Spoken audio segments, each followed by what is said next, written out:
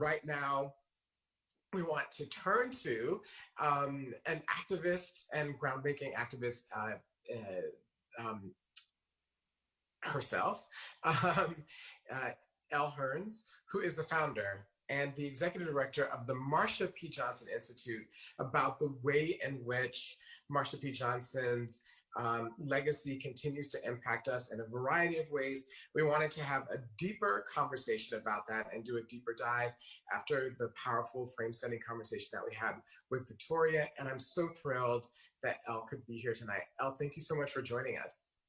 Thank you so much for having me. I'm honored to be here, Mara. Congratulations to you and all of your success. I'm so excited to see you here. So thank you for having me.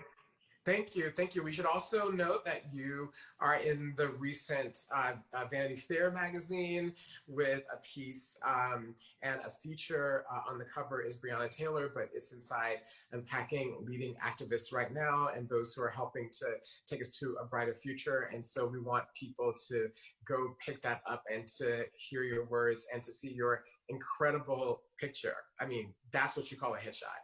Uh, but First of all, before we talk more about the specific aspects of the way in which we continue to live out Marsha P. Johnson's legacy, I'm wondering if you can just tell us a little bit about literally the Marsha P. Johnson Institute. What is it, and what does the Marsha P. Johnson Institute do? Absolutely. So the Marsha P. Johnson Institute is an organization that I founded that works to protect and defend the human rights of Black transgender people in the United States. As Victoria Cruz, said previously, it is about our human rights. We are not interested in just having pieces of pies. We want our full dignity recognized and honored. And so we really work to protect our community by advocating, by organizing, and creating intentional community to heal.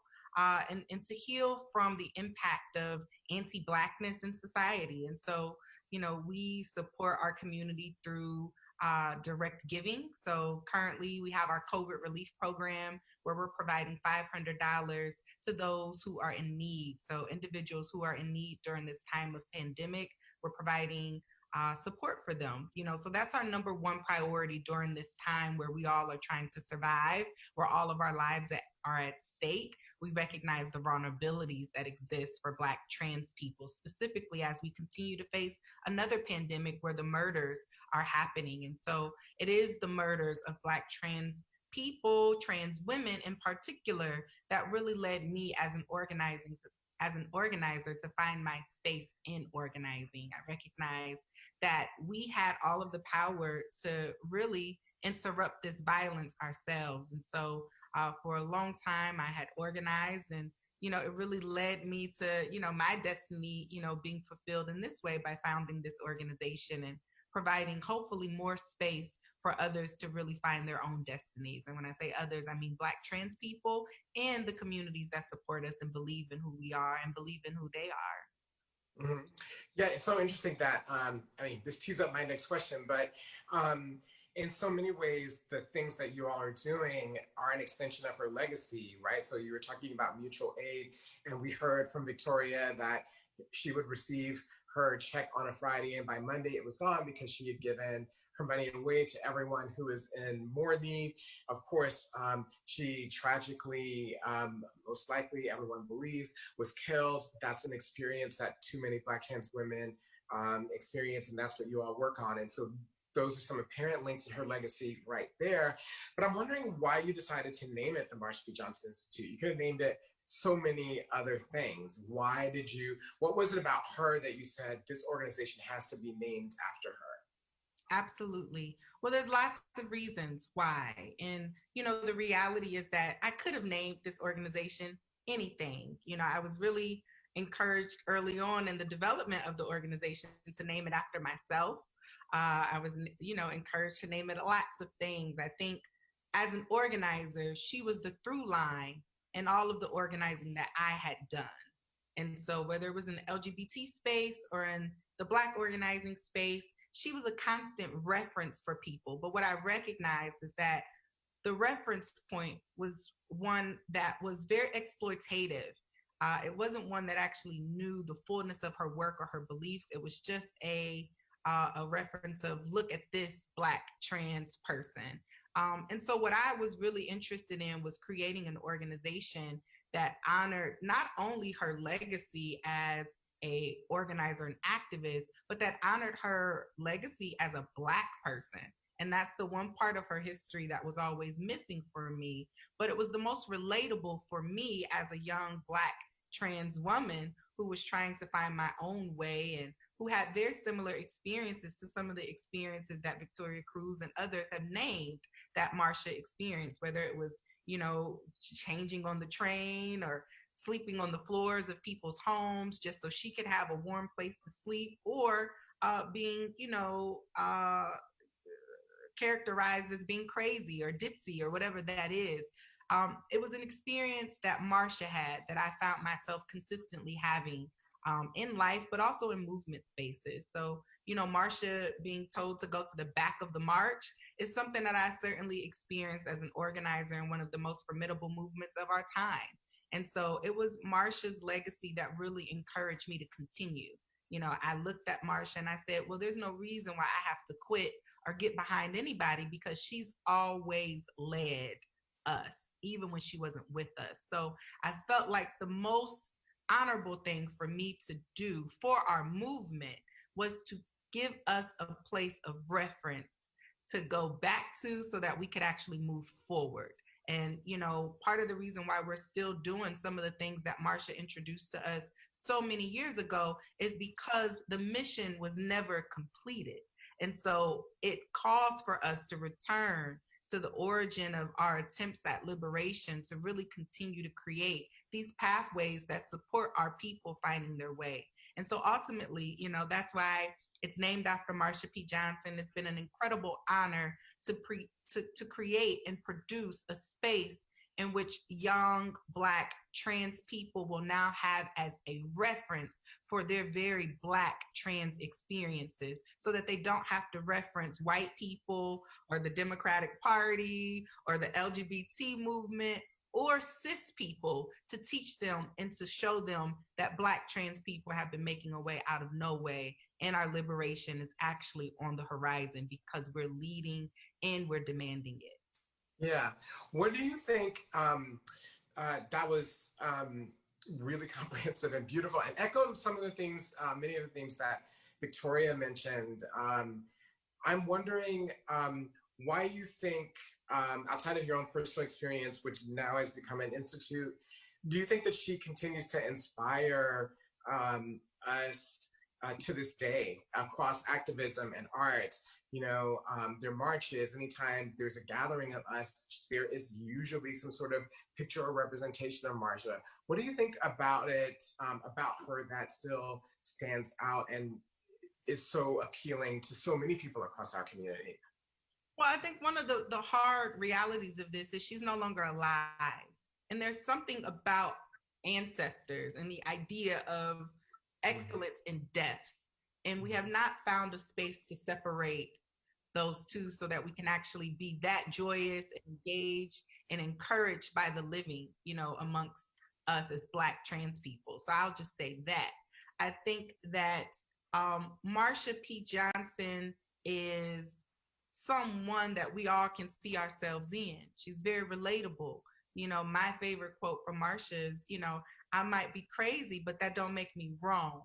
And I think in a world that's consistently telling Black trans people that we're wrong about everything, that we're wrong for wanting more for ourselves, that we're wrong for wanting more for our communities, that is a relatable thing that we wish we had the freedom to just exist in like Marsha did without having to worry about if these efforts that we're making will be interrupted or how they'll be utilized against us, and so Marsha, I think, is just relatable because she was us. We are her. There's no separating that. And that's why I do think this piece around who Marsha was as a Black person is so important and so necessary for us to have a space to reference Blackness. And that's something that I always wonder in Marsha's experience. Did she have that in her communities? Did she have that with the people that she was surrounded by? Did she have Black trans women who were her friends and who were her sisters.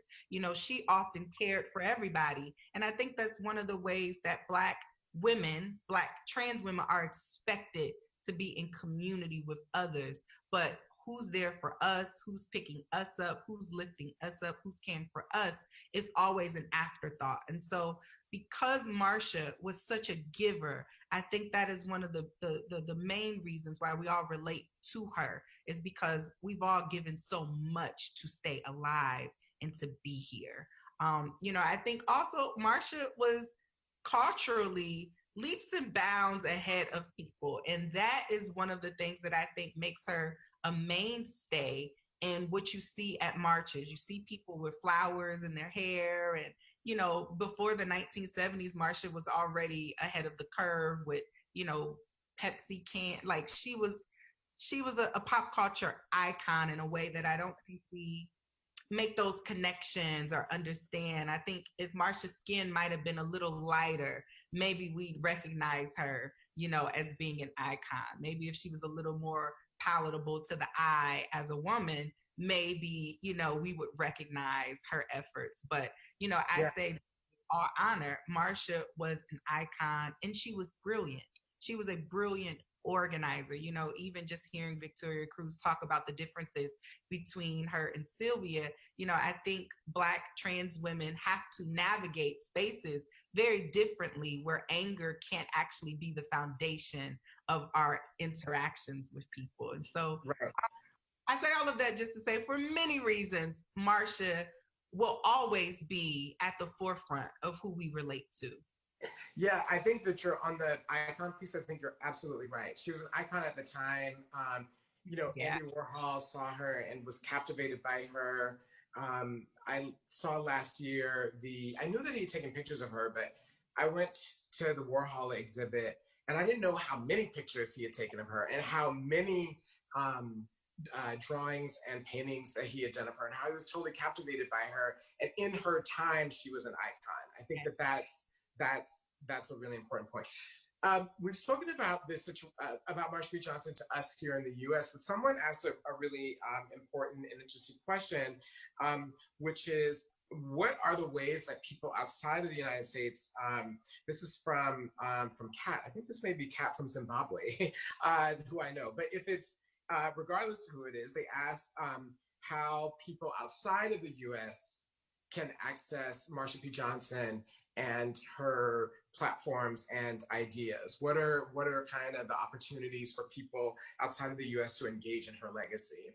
Yeah, absolutely. I mean, one of the beautiful things about the Marsha P. Johnson Institute is we've really created a digital community. You know, our social media has really served as a backdrop or as a community space for those who are looking to understand more about Marsha, but who are also looking to understand more about movement. And things about our organization is that our movement is continuing. You know, we've seen so many efforts over the last 90 days from Black trans people who are leading uprisings, who are leading actions, who are leading conversations, who are leading culture. And, you know, I say that to just say that the Marsha P. Johnson Institute is a great stop to learn about Marsha, but to also learn more about the ways that you can contribute to our movement and be a part of it. Well, Elle, thank you so much for joining us tonight. We know that your cup runneth over right now with all of the things that are happening, and just really appreciate you taking the time from the busy operations of her namesake organization to celebrate the birthday of Marsha P. Johnson. Thank you so much. No, it's an honor. Thanks so much, Amara, and I'm looking forward to doing this again. Thank you. Yes, thank you. That is Elle Hearns, who is a groundbreaking organizer in her own right and the founder and executive director of the Marsha P. Johnson Institute. Well, thank you so much for joining us tonight. Thrilled that we would be able to bring everyone into the room and across generations to celebrate Marsha P. Johnson's birthday. Her legacy is something that we're only beginning to unpack, all of us. We'll continue to learn about it and to experience it as we go along. We are with Victoria Cruz in our hope that we find out what happened to Marsha P. Johnson, that she receives justice in death, even if she wasn't able to end life. And I want to thank you for joining us on this latest Lives at Stake. Many of you had questions. Some of those we weren't able to get to during the course of the program, but you will be able to find those answers in the threads as we continue to post those answers. And lastly, I wanted to let you know that our next show will be on September the 24th at 7 p.m. Thank you for joining us this evening on Lives at Stake. Be safe, be well, and like Victoria Cruz said, take care of each other.